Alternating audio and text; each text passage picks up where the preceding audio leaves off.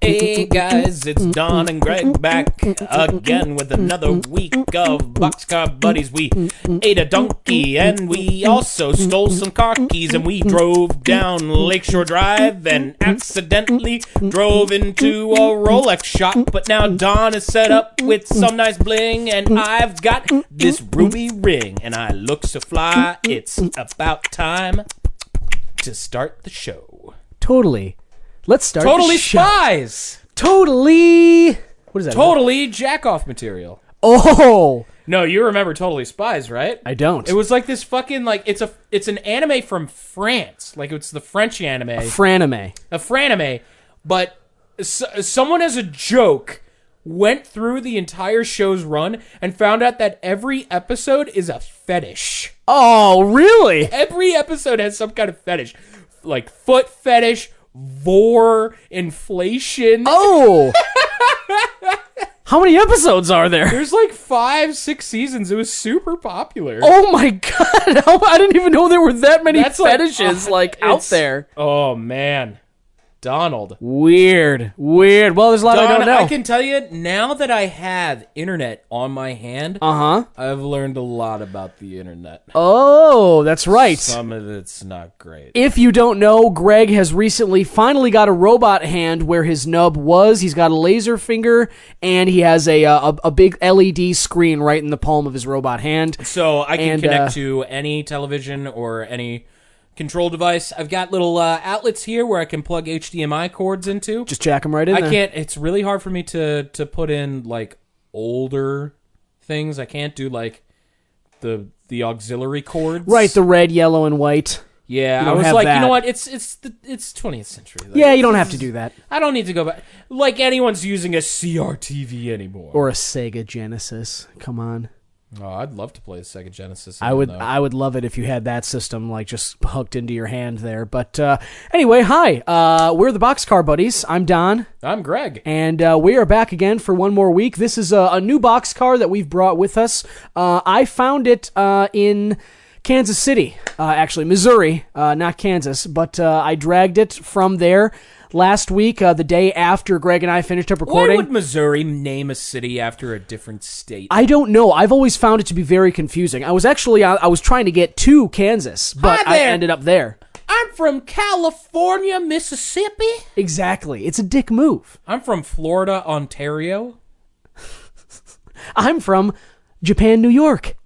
It's like, it's stupid. It's stupid. I'm from Alaska, Mars. You can really only do it with small towns, I think. Like some place that like people aren't, going to visit regularly. Like some guy who thought that he wasn't, like, who's totally plagiarizing, but he's so far deep into the woods that he's going to get away with it. Exactly. Hey there, welcome to Philadelphia, Ohio. Population of 6. Me, my brother, my sister, and our 3 kids. I have a blog with 12 readers. Nobody's going to know that my story is a direct ripoff of Star Wars. I mean, come on. We're off the grid, literally. We shot down a Google calendar. That's right. And I don't allow drones over my farmland. I'll tell you this, net neutrality. He flew down and he was like, look out, here comes Halloween.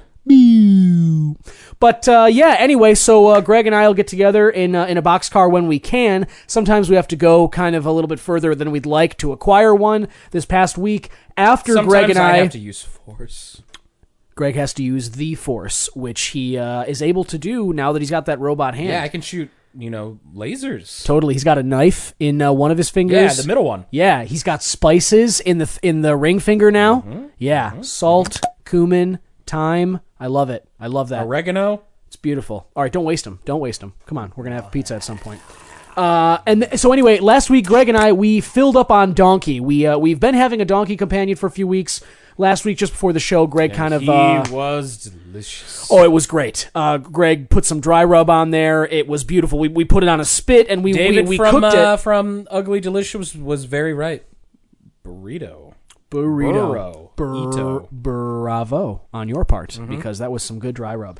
But anyway, I was so energized from that meet that I figured I'd heard about this train yard in Kansas City, and so I figured I'd go check it out. I did. Ended up in Kansas City, Missouri. I did find a train yard, and I found this gem a velvet boxcar, all on the outside. I feel like I'm part of the soul train. Oh, this is a sexy boxcar. I can't tell you how many people jumped in it as I was towing it back here, and I'll also tell you how much I miss Donkey now, having finally towed a boxcar myself. I said again. I was sorry. We got to eat. I need to reiterate that because it's really hard to drag a train boxcar not on any tracks, over some hills, off roadways to avoid any detection, to this hillside here in Chicago, that we use to record into. This is part of the unsigned agreement that we had when we first started the boxcar.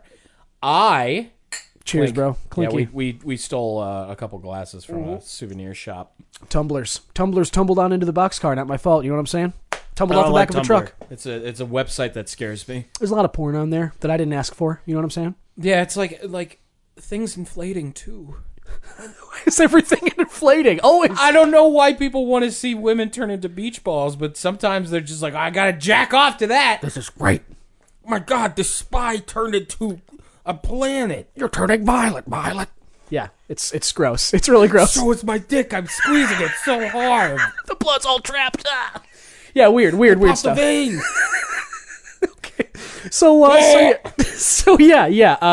weird people out there and in here. But anyway, so now that we're settled, we're in the boxcar, we got some drinks. What Greg and I like to do is we'll talk about something that we've read or watched or listened to, or a story that we even heard from a friend of ours, because we've met a lot of weird people as we've started this boxcar journey with you, and we're always glad to have you joining us as well. And my buddy Greg here, I know just before we fired up the equipment, you were saying that you had something that you wanted to mention. Oh yeah, I do. Whoa. I do. Whoa. So, thanks to my TV. Yeah. Because I'm such a fucking genius. Mm-hmm.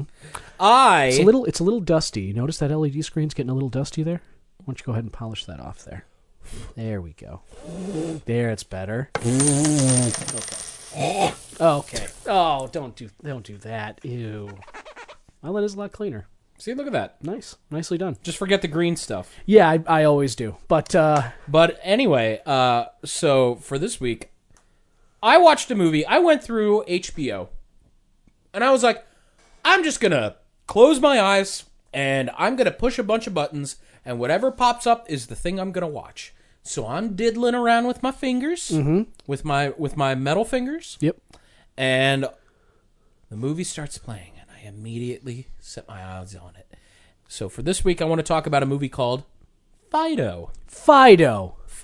Okay, that sounds nice. It's a boy and his dog story. Love it. It's so warm. It takes place in the 50s. Okay. Like any other boy and his dog film. Black and white?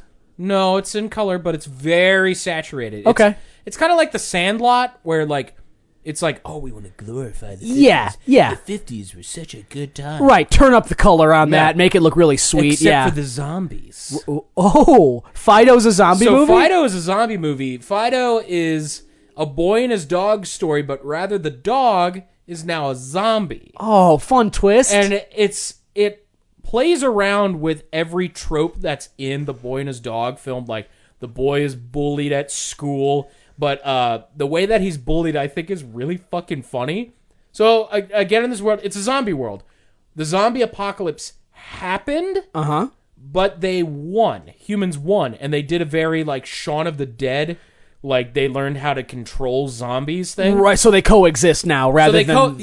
they coexist. So this company called Zomcor has overtaken, most of the government, because they're making sure that the zombies are keeping away from people. Right. And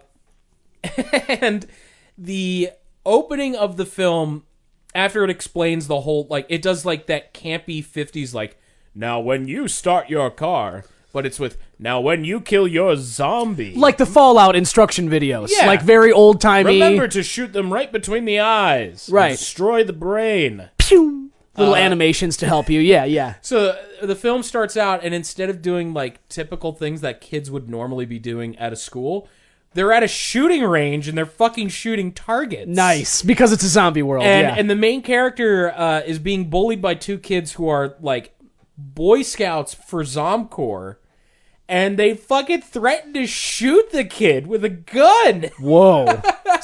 That's adult bullying right there. Yeah, so the movie is a dark comedy because, of course, zombies need to eat people. Right. The constant struggle. But it plays around with all the tropes, like the boy doesn't like the dog at first because, it's a fucking dog. He's like, I'm troubled. No one likes me. I don't want a dog. I don't want to take care of it. And then the dog saves him from the bullies, and he's like, wow, good job, boy. You have use. The cast is very weird, too, because there aren't a whole lot of very familiar, people. The guy that is from Oh Brother, Where Art Thou is in it. What's his fucking name? The short one. He's in Holes, too. Yes. I know who you're talking about. I'm gonna call him Bob. No, yeah, you call him Bob. I'm gonna use your hand here and take a look while you tell me more. Don't tug on it, man. I don't want you to pull off any of the caps that I put on here. Don't worry, I'm gonna figure this out. Don't you worry. But anyway, while you're looking around on my palm, the mom is played by Trinity from the Matrix series. And she gets a lady boner for the zombie. What? Lady boner for the zombie? So the husband is Tim Blake Nelson is the name of the guy. Tim Blake Nelson, that's the guy. Yeah. The husband of Trinity is very anti-zombie. Yes. And he's obsessed with funerals. Carrie Ann Moss. I feel bad. We keep saying Trinity, which is fine, but her name's Carrie Ann Moss. Yeah. Cool. So Carrie Ann Moss is in it. She loves the zombie. She falls in love with a zombie who remembers what it was like to be a human. Oh. Because he loves to smoke. But I can never go back. I can never go back to the living. Now that I've tasted flesh. Once you go dead, I'd want to eat bread. It's in your head. Once you go bread. Once you go dead, it's all head. Oral for because they drool a lot. It's always. They have a lot of blood everywhere. Sopping out of my mouth at all soppy. times. It's Soppy Joe. It's what I call every corpse I munch on. A Soppy Joe. Soppy Joe, a Soppy Joe. What's on the menu today? Soppy Joe. It's the same thing every day. Shut up, you little shit! You're lucky to be in school. There are zombies out there. Yeah, that's the whole movie. Okay. In that one sentence. But Carrie Ann Moss. Carrie Ann Moss loves her some zombie dick. She's a good actress. I like Carrie Ann Moss a lot. I love her character in this because her whole reason for getting a zombie is because everyone else in the neighborhood has one. Stepford Wives, like kind that of a fucking thing. that fucking jealousy. Keeping up with the Joneses, yes. Like, the new neighbors next door have 6 zombies. That's great. We're the only family on the neighborhood that doesn't have a zombie. Why don't we have one? And the whole reason is the dad is like, I had to kill my father because he turned into a zombie. Funerals are fucking funny in this world too because after you die, there's a fear that you'll turn into a zombie. So they cut your head off and put that in a separate casket. Wow. Old folks are seen as a fucking liability. So if you're elderly, like there are commercials where they're making fun of LifeLock. Oh my god. But it's with help, grandma's a Life zombie. alert. Yeah. Life alert. Yeah. Like they break grandma's ankle. Help, grandma's fallen and she can't get up. That's right, little Timmy. We've stopped Grandma before she turned into a full-blown zombie. Break her ankle. You've done the right thing. You don't want her mobile.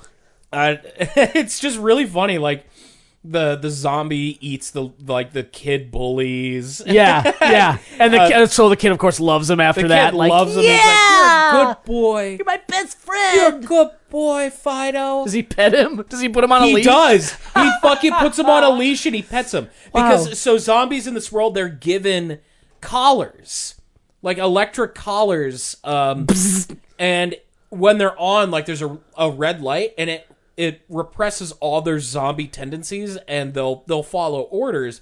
But once the collar becomes, it turns off, then immediately all the zombies just go fucking crazy. Right. Except Fido. Fido is a good boy. Really? Fido likes his little boy. Interesting. And without the collar.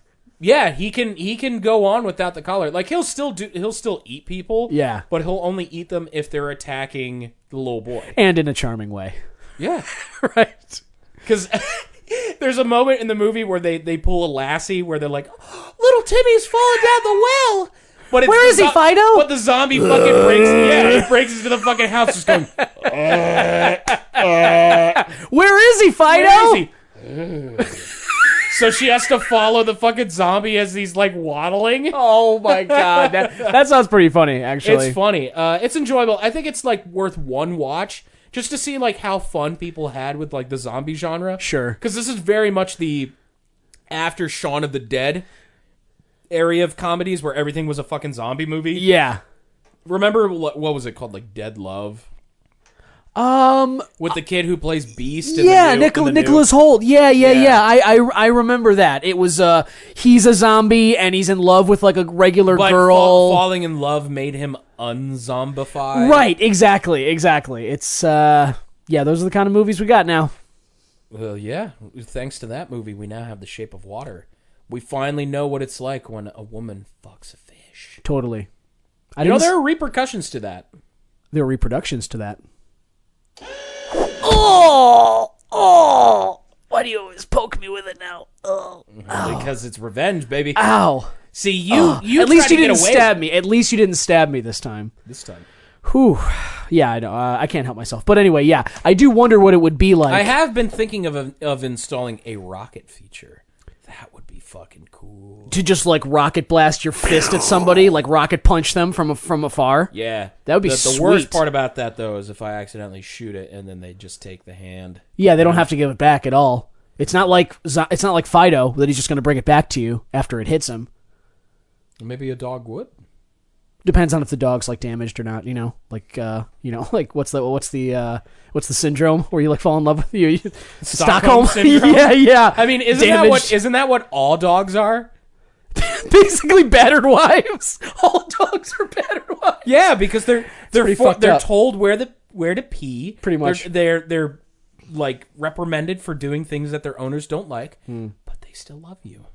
Kind of, but dogs are the ultimate Stockholm syndrome thing. But nobody picks up shit after the battered wives. Like when they poop, like the husbands don't clean up their poop.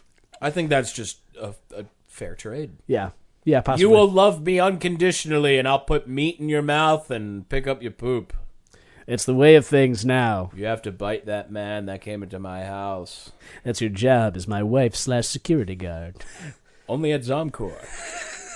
But okay, so anyway, speaking of fair trade, what I was going to say is I watched a show. You watched Trading Places. I did not. With Eddie Murphy. No. And Dan Aykroyd. That sounds lovely. And Jamie Lee Curtis.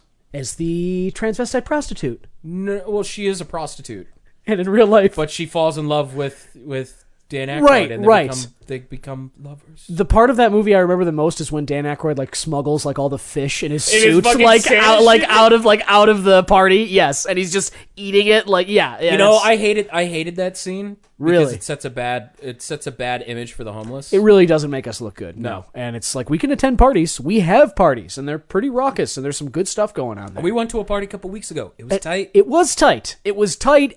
Like there was good music. If you guys could have seen my dress. It was gorgeous.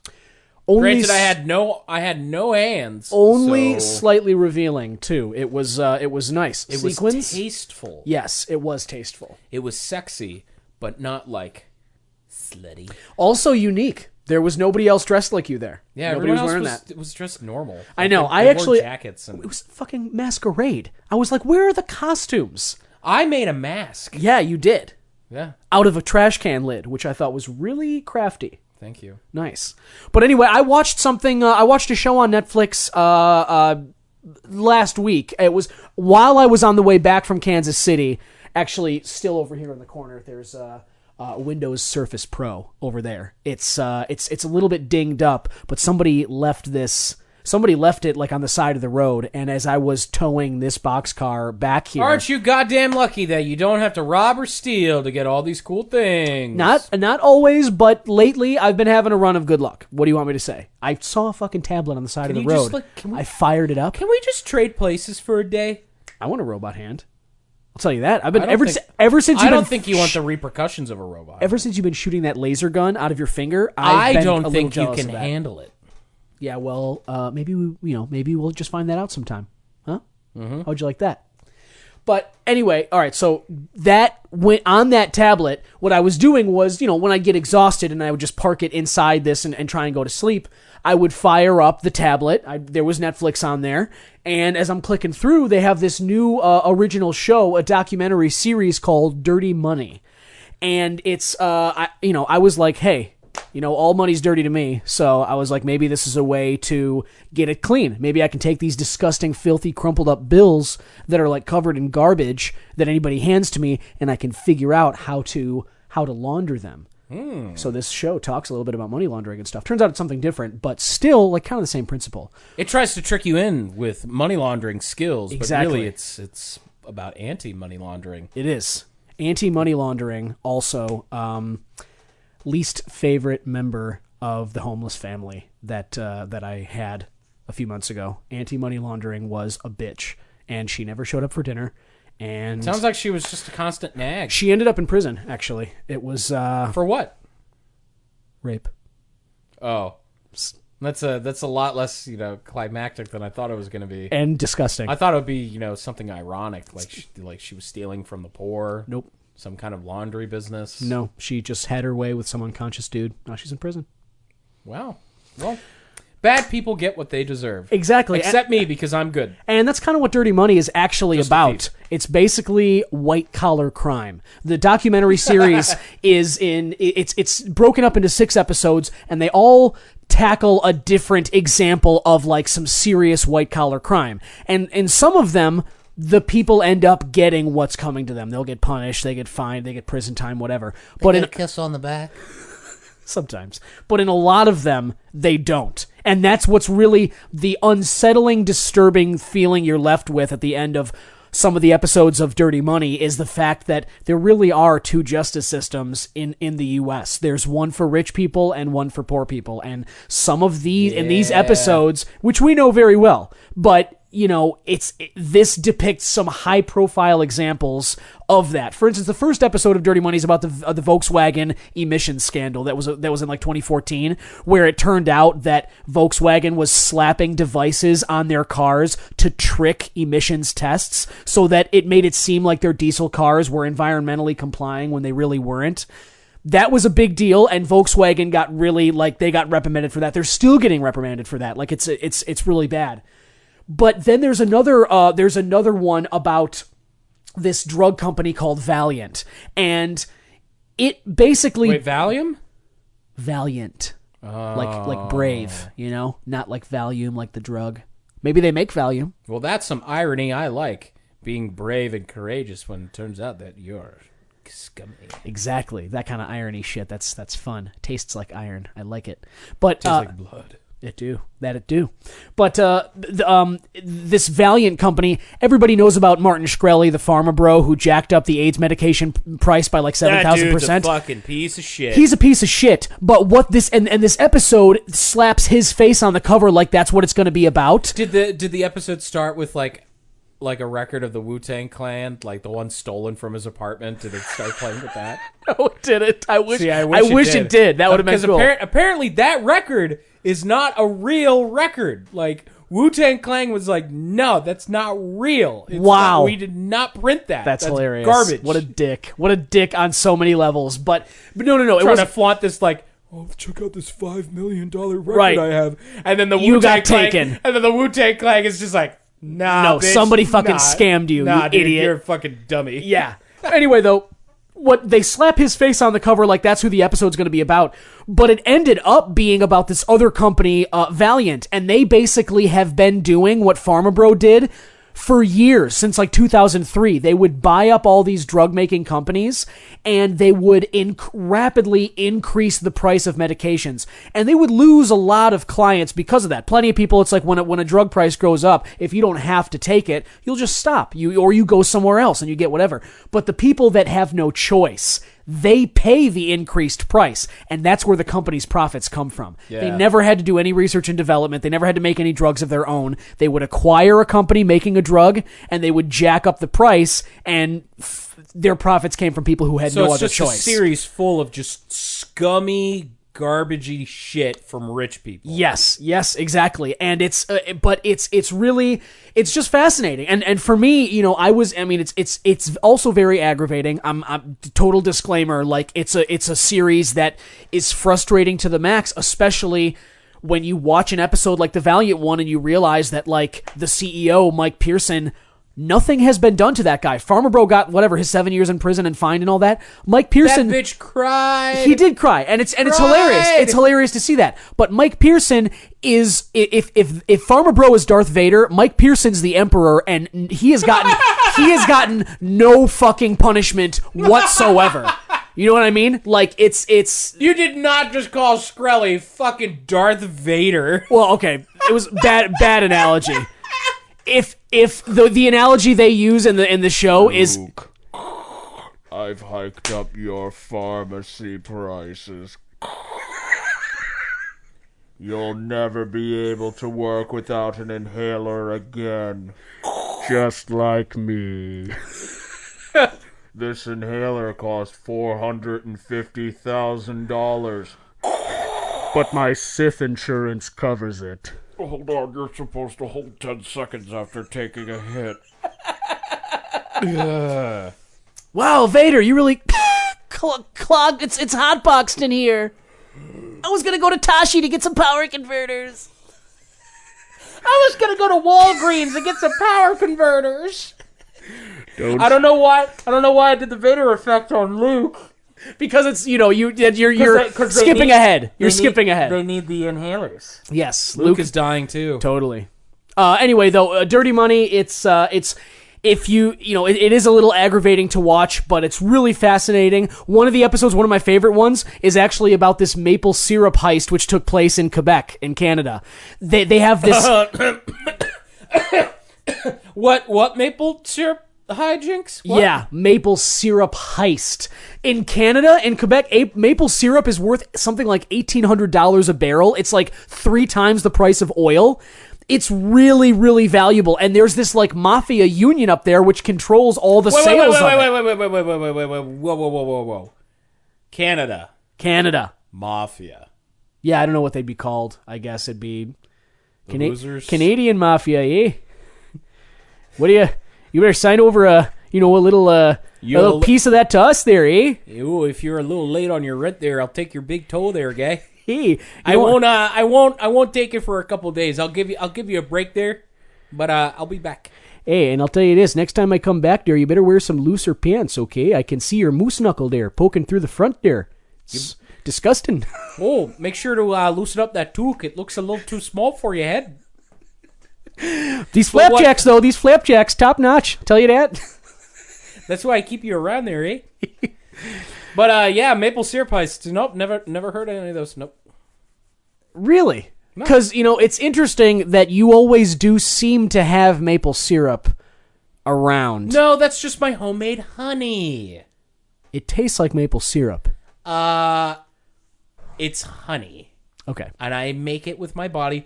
We've gone over the recipe. You Fine. can go back to very early on in the Boxcar Buddies. It's a delicious recipe. It's disgusting. That I have to use my whole body for. It's disturbing. So I would really recommend not trying to recreate that. Never been to Canada. Nope. Anyway, yeah, it's never once. Not once. Never been there for maple syrup. Nope.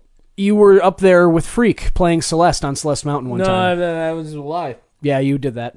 Anyway, though, it's a really interesting episode, and just the series overall is just cool. So I'm recommending it completely to anybody. It's the way they make white collar crime, like it's easy to see how your eyes might glaze over with some of the topics and shit. Yeah, some of them are because you about don't banks. normally blame white people for doing bad things. Right. So it just doesn't make any sense. You're like, what? The white guys can't Whoa, wait a minute. The white guy's in trouble? Come on. Nah. Bullshit. No. Garbage. Especially if he's Canadian. The sweetest people. Just friendly. Leaving their front doors unlocked. They eat Mises, for Christ's sake. And poutine. Yeah, I have to. That's something that you have to give props to the Canadians for. I don't like any of their other stuff. Hockey is stupid. It's basketball without the nets. Yeah, soccer without the grass. It's football without the players. It's chess without the brains. It's checkers without the board. It's Battlefield without chips. It's Battleship without the battleships. It's flapjacks without maple syrup. It's French toast without the toast. And we don't like any of that. But Dirty Money, I really do like. Especially the French. I don't like the French. No, not at all. They smell. Wee wee. Yeah, they smell like wee wee. Disgusting. Yeah. So Dirty Money, check it out. It's fun, cool to watch. What I was gonna say is they make it feel like you're watching an action movie. Do they play Take the Money and Run at any point during the entire series? No, they don't. Disappointment. Take the money and run. That's super disappointing. Yeah, no, they didn't do any money themed songs. I wouldn't expect them to play like Dire Straits at all. They didn't play Pink Floyd. They didn't play Keisha. AC/DC Money Talks. No, they did not. None of that. None of that. Yeah, but otherwise, no failures of the show. And like I said, I was really engaged in all the episodes. Just they touched on cool subject matters, and it's very up to date. They had interviews as recent as like November 2017. So it's really a lot of the information. So it's not like most Netflix shows where it's like they film it like a year or two before until it finally gets greenlit. It's like, yeah, let's put this on our website. Exactly. They have interviews as recent as November 2017, and they have updates from like December 2017. So if something happened, they'd put it in like text on an episode, like during the credits or something, to let you know an update. They put that little asterisk, like, by the way, this interview is wrong, but we needed it to fill time. Yeah, that's what they do. I like when they add the little electronic beat. Yeah, it's a baby seal beatboxing, trying to walk, actually. It's hilarious to look at, but also very sad. Until it gets clubbed. It's pretty hilarious. By a killer whale? Yeah. You know, when they talk about clubbing baby seals, I always thought that they were like, dancing baby seals, like they would just go to different raves, like Well, that's like a step away from like pedophilia at that point. If you're taking baby seals to a club. I'm pedophiling you. You know what I'm saying? I don't think that's something that you should proudly pronounce. Especially on this podcast. Someone might take that out of context. You might want to be careful where you pronounce that. You don't think that that's a valuable, valid greeting that I can sweep into regular conversations? It depends on the crowd. You have to work. It's like stand up. You got to know your audience. Oh yeah, I have to know the audience. So you have to be in front of a bunch of sweaty fat dudes with neck beards and priests. Don't forget priests and elderly people who are very lonely. Yes. And at that point, you could be like, I put my finger up a kid's ass. And then the whole room would be like, hashtag relatable. I don't think Mickey did that kind of stuff. Probably not. I know for a fact he did not. Whoa! Who the hell are you? Stu. This is Stu. He runs this diner a few blocks away from us right now. Stu, how's it going, man? Hello, Don. I'm not aware of your robotic-handed friend, but my name is Stu Glue. Nice to meet you. Nice to meet you, too. Quite a grip you have there, and that's just cleaning fluid. Nothing sinister, I assure you. Oh, gee, thanks. It's not like this is prone to rust. Stu, what did you say about we were making a pedophilia joke? What were you talking about? Oh, nothing. Just that the relations with children is a disturbing aspect of any humor. Yeah, no, we got that. We realized. I kind of broke that down for you guys, so yeah. Thanks a lot. 10 steps ahead. Did you have a reason for breaking into the Boxcar? Why are you even over here? Actually, yes, I did. I heard you gentlemen speaking from some time away, and I thought I might bring this bag of breadsticks here from the restaurant today. They are a little moldy, but I think you two gentlemen might enjoy away from them. My face. Yeah, dude, we're not interested in any of these. Stop waving it. No, stop it. No. Listen, oh, God. How old is this Parmesan? I'm blessing you. Stop. No. May the Lord be with you. I said stop it. Oh, crap. Whoa, Greg, you fucking shot Stu, man. He put his sticks in my mouth. bleeding now, and Well- it hurts.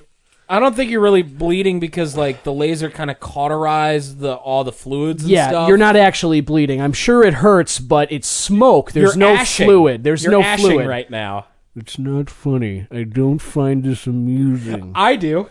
It's actually... Hey Don, check this out. Look. No, That is pretty great. Stewie's waving at me through the hole right there. there's nothing about this I find humorous. You Hey, gentlemen hey are Don, sick. hey Don, look.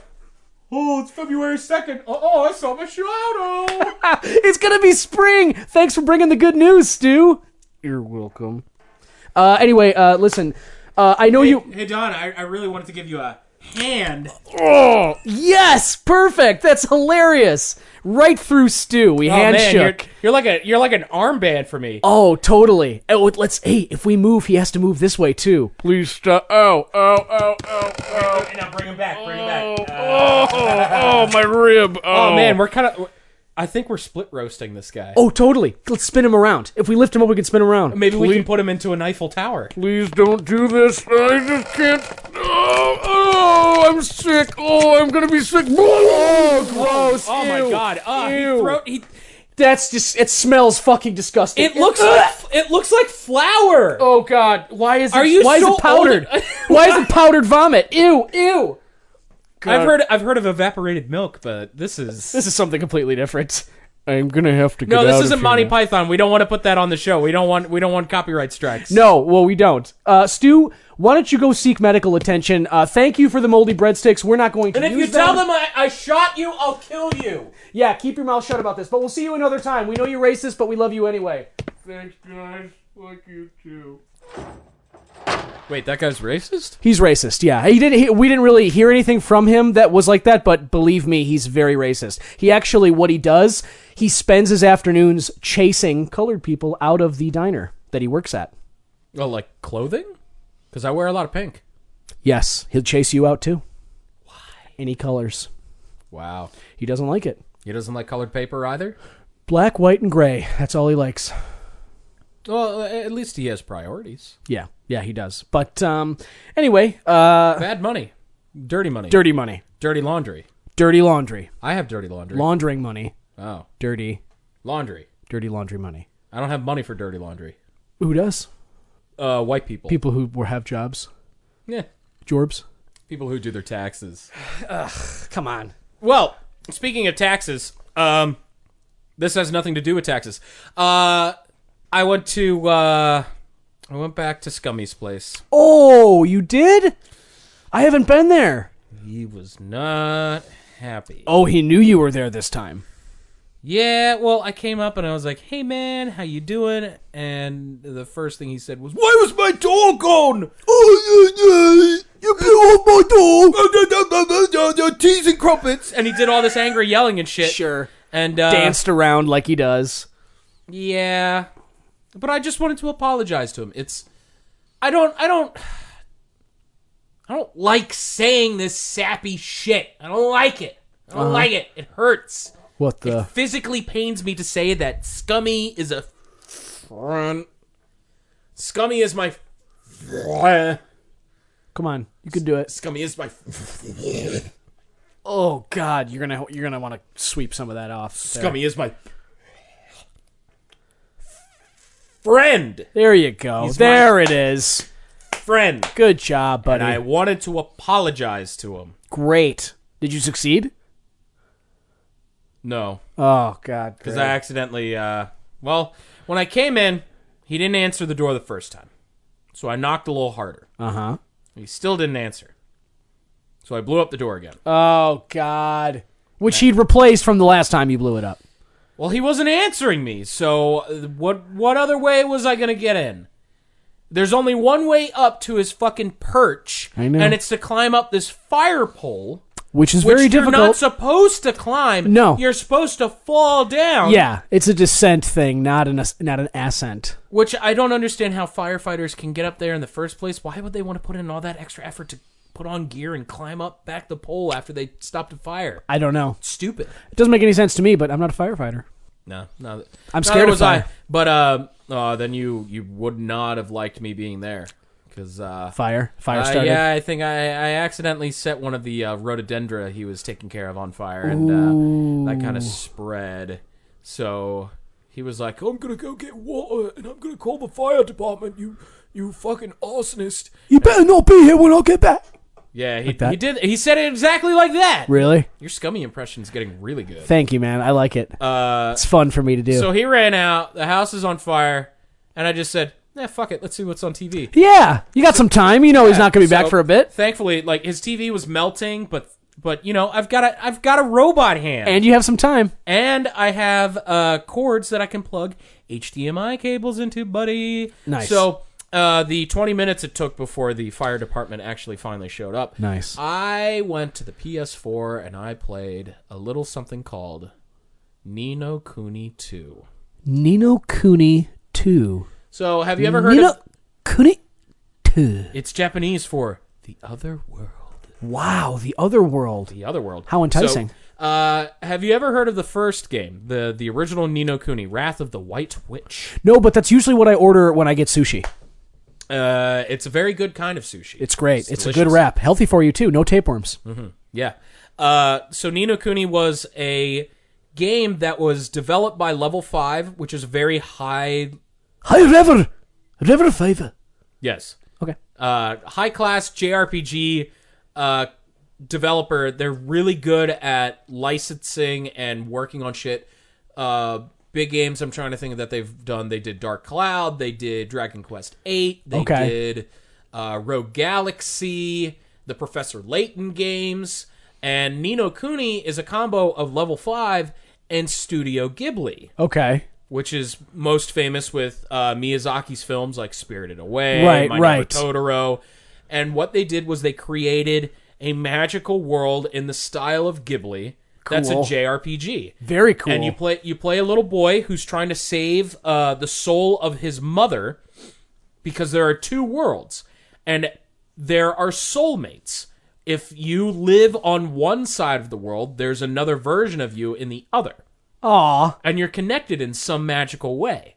So, but they're not in the same world as you? No, you traverse to the other world. So you can find your mom's soulmate in order to save her life in his world. Oh, soulmates can save each other's lives. So with the soulmate, if one dies on one side, the other person dies, or if someone's affected by something bad, then the other will be affected. What plays in the original game was helping people with their broken emotions. You come across characters that are brokenhearted, and you're a little wizard. So you're like, this person is teeming with a little extra caring. So I'm going to borrow some of the caring so I can repair this person's broken heart. And they do that a bunch. You travel between both your city, which is called like Motor City. It's supposed to be like a 1950s like Detroit little place. Ugh. It's cute. But the gameplay for the first game was very Pokemon based. Really? It was monster collecting. You'd find monsters, you put them in your party, and then you could evolve them into later stages of random encounter monsters. It sounds pretty cool. Or you can recruit the random encounters and evolve them. This game, the sequel, decides to throw out the Pokemon aspect altogether, and it's now a full-blown action RPG. Okay. So, the game starts... Ni no Kuni 2 starts with fucking New York City being attacked by fucking, like, bombers. You watch a missile fly into, like, New York City, and there's this old man sitting in a van, and they're like, Mr. President, we're about to come up to the summit. That sounds fantastic. Then New York blows up. The old man then vanishes. Like, magic happens, and he's thrown into the world of Ni no Kuni. Oh. And he stumbles into a coup where King Evan of Ding Dong Dell, the magical city of Ding Dong Dell, he is being overthrown by his father's advisor. So the president appears in this world, but he becomes like 30 years younger. Sweet. So he's an old man in his world, but once he comes to the magic world, he turns into like a 20-year-old again. Good for him. And he goes, okay, I'm going to help this kid get out of this castle full of soldiers that want to kill a small child. And from then on, the goal of the story is for everyone to help Evan, the little boy, become the king of his new kingdom and rebuild it and become the king of the world and put everyone into a world of peace. Okay. Something really fucking stupid about this game, if it didn't already sound stupid. The lack of Pokemon is already sounding stupid. Yeah. The monster designs in this game aren't as good as the first one because all those monsters could be playable party members. Yeah, that sounds great. And that's what made it really good. Yeah. This time around, all the monster designs are pretty meh. But the thing that I'm really bothered about this game, after you escape the castle and you save Evan, Roland, this character from our world who's magically transported to theirs, doesn't want to go home after watching New York blow up. He just goes, I'm going to help this kid become a king. I was a president in my world, so I can help be a leader. It's like, what? Okay, so he doesn't want to rule this other world? He doesn't want to be king. He wants to help Evan become the king.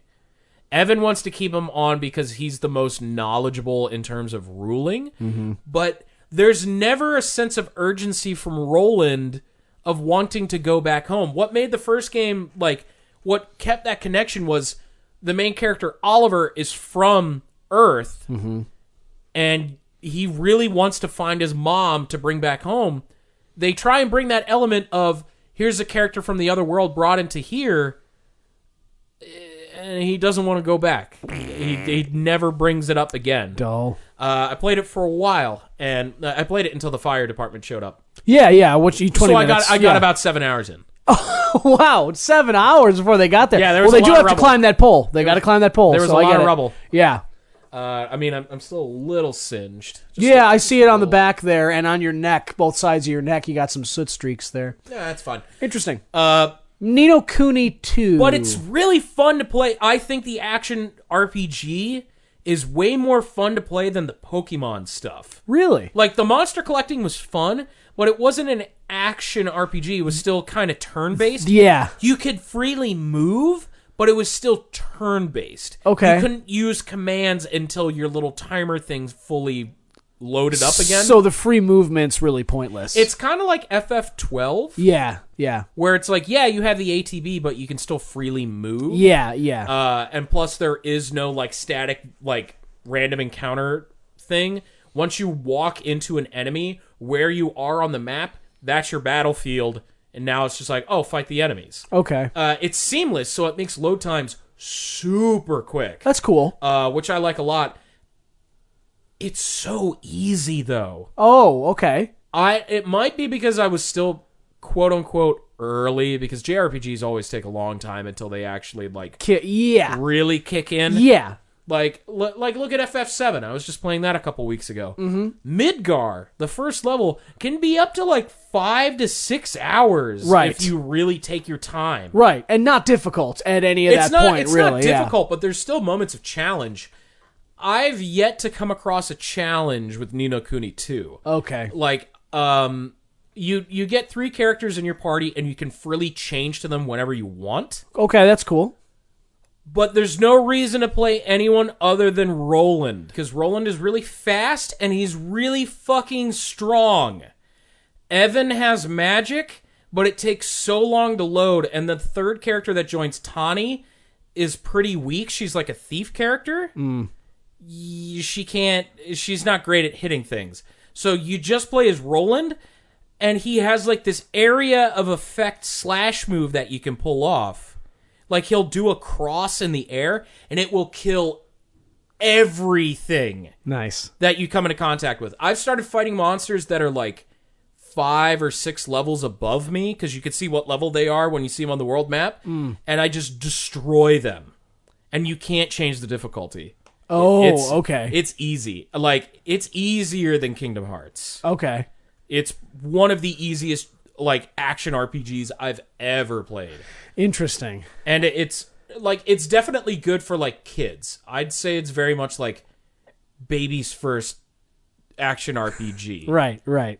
It's it's a cakewalk. It's pretty like easy controls, easy to like control. It's very easy to get into because it's a very colorful, cartoony art style.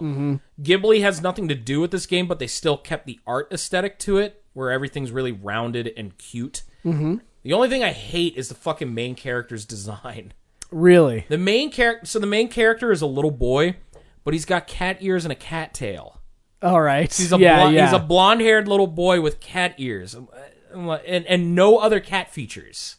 So it's just like a cute anime cat. It's like the generic anime, like, here's your beast person. Yeah.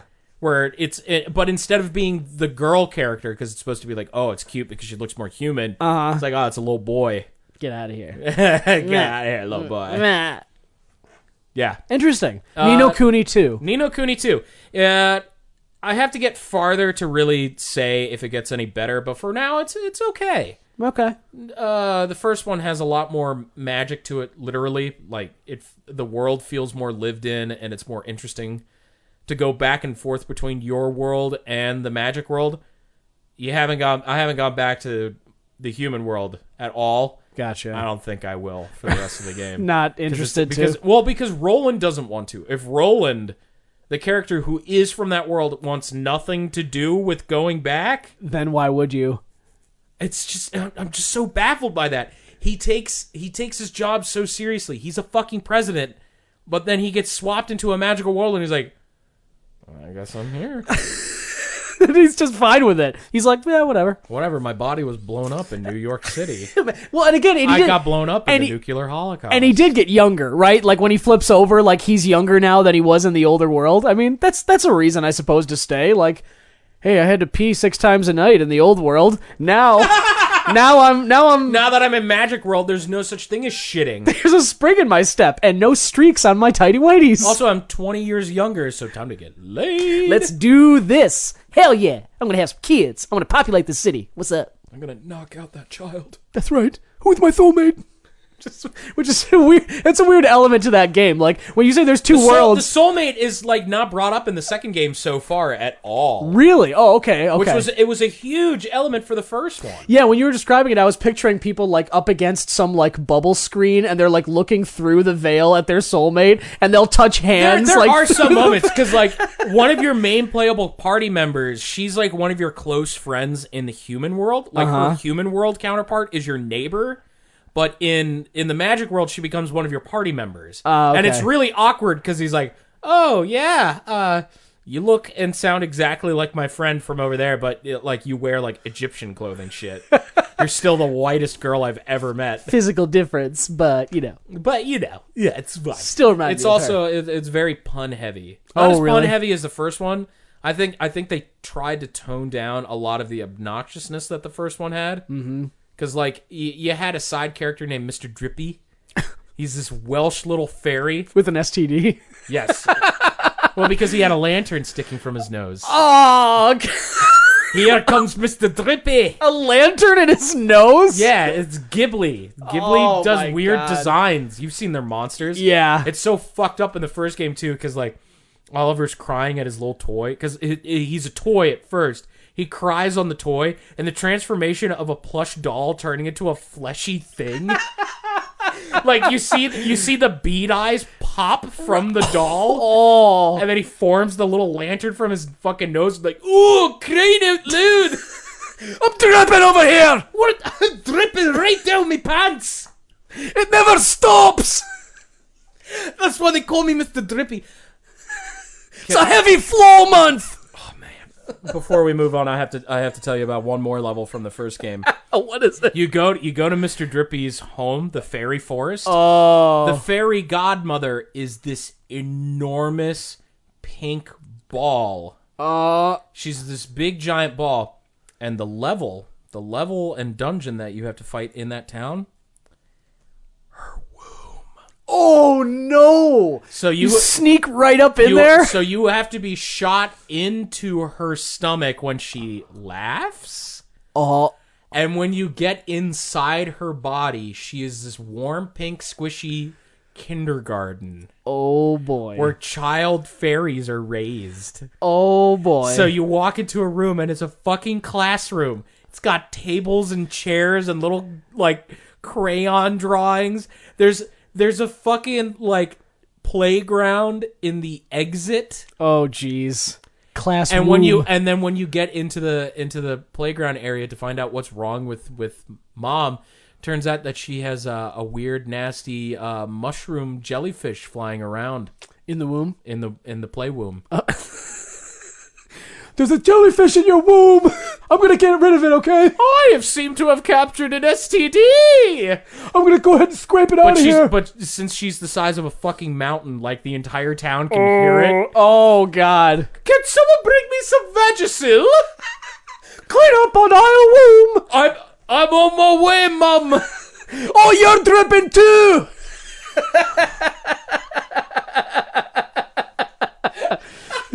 Sorry about that. I seem to have spread it to you while I'm in here. I forgot the tissue paper. I jumped inside you without protection. Why do you raise us this way, Mum? Can you still be my soulmate? Okay. I've lived in here so long, we might as well stay connected. Thank God she doesn't ask for rent. But think about that. Mr. Drippy had to return to his mother's womb. Yep. And scrape it clean of bony jellyfish. Rated E10 for children 10 and up. Well, there you go. Kuni II. Revisit your early childhood home. Return back to mommy. Yes, in the most pure way possible. Find your soulmate. Yeah, Dirty Money also, definitely recommending that. That's white collar crime documentary series on Netflix. It's very interesting. Good stuff. And Fido, right? Fido. Yeah, Fido, zombie take 50s take on The Boy and His Dog, but with a zombie substituted in there. That sounds like fun too. Dark comedy. Greg. You know what's a dark comedy? What? That hole I put into Gus or Stu. Yeah. That was a dark comedy. The Stu being in here was like, that guy's never come in here before, and next time he does, The dude looks like he dropped a whole bag of flour on the ground. yeah, I know. What's with that powdered vomit? I guess he's just so ancient that everything that he touches just turns to dust. I'm actually kind of curious what like the doctor's sheet on him would read. I'm a little bit curious about that. Do you want to go? We asked for a stool sample, not cocoa powder. I'm sorry, young man. I just seem to have, I seem to not have a whole lot of liquid left in this husk. I'm so dry. Sounds like you need to moisturize there. I sat on top of a fire hydrant recently, but that didn't do any help. Yeah, I can see where the bloating came from. Yes, there's this giant tube around my stomach now, and it's all water, and yet I still vomit powder. Can you help me with that? No, I cannot. Well, maybe it's the alien that resides inside of me. He keeps whispering about annihilation or something. Gross. I think that might just be the fairies inside your belly. I don't deal with fairies. They're men that like other men, and I don't deal with anything with those guys. All right, well, I think you can leave my office. Well, let me get my pants here, and... No, you just leave. Please get out. Are you serious? I don't Yes. have any pants on. That's fine by me. You're already on death's doorknob, so... Where's doormat? All Just right. fucking leave. Okay, bye. Crawl into a hole, you piece of shit. Oh, yeah, that's probably what's going on. And actually, the reason I brought it up, I'm interested. We should go check out what's happening at whatever hospital he wound up at. He might actually have died halfway between here and St. Francis General or whatever. We're going to have to get over there. I want to see this. Do we have to? I just want to see it real quick, that we can find some food. No matter what, we gotta destroy this. I don't want anybody finding this fucking powdered vomit, and I don't want anything to do with this velvet boxcar anymore. I'm afraid. What if I... No, don't scoop it. Oh! My eyes! Oh, gross! Ew! Yes! Ew! Ew! So they're all... That's what you get for putting hot sauce in my face! Oh, they're all gritty. Oh, my eyes are all gritty. Oh, boy. All right, we'll take you to the free clinic. Damn you. Yep. It hurts. This is what happens. This is what happens when you cross me. Oh. Man, it's so good to have a hand again. Do you think I'll have pink eye? Do you think? Yeah. Oh, yeah. Oh, yeah. Fuck. Oh, yeah. There were poo particles in there? I mean, I didn't see any cocoa powder, so... Damn it. It's just white powder. I mean, it could be Coke. I don't know. It might be. It's really drying up the eyes. Getting any nummies? Is it numbing you?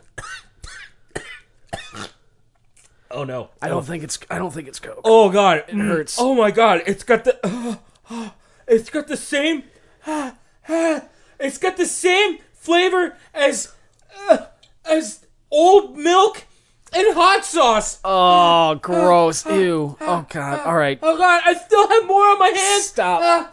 This is gross. Oh, okay. Well, we have to get out of here. I guess next time, guys, follow us on boxcarbuddies@gmail.com if you want to send us questions. You can always find us on iTunes and Android and boxcarbuddies.podbean.com. Well, it's boxcarbuds.podbean.com. Right. And you can follow our Twitter at boxcarbuds podcast. And, follow us or whatever. Yeah. My Thank you. tongue is on fire. It hurts a lot. Yeah, let's get out of here. Greg and I are gonna get to the free clinic and maybe find Stu on the way and exact our revenge. But I'm gonna bust the captain that do that. thank you, Literally. thank you for coming again, and we'll talk next week. Stay safe. Look out for everything. Bah. My tongue hurts so bad. My eyes. I can't see anything. I look on this eyes. Didn't know what the taste was until now. They don't taste good. I'm sure they don't. The tongue feels like it's gonna wad off. Why did you blow that dude's puke in my eyes? You deserved it. You put hot sauce in mine. All right, we're even now. No. We're so even. No. God damn it. Never.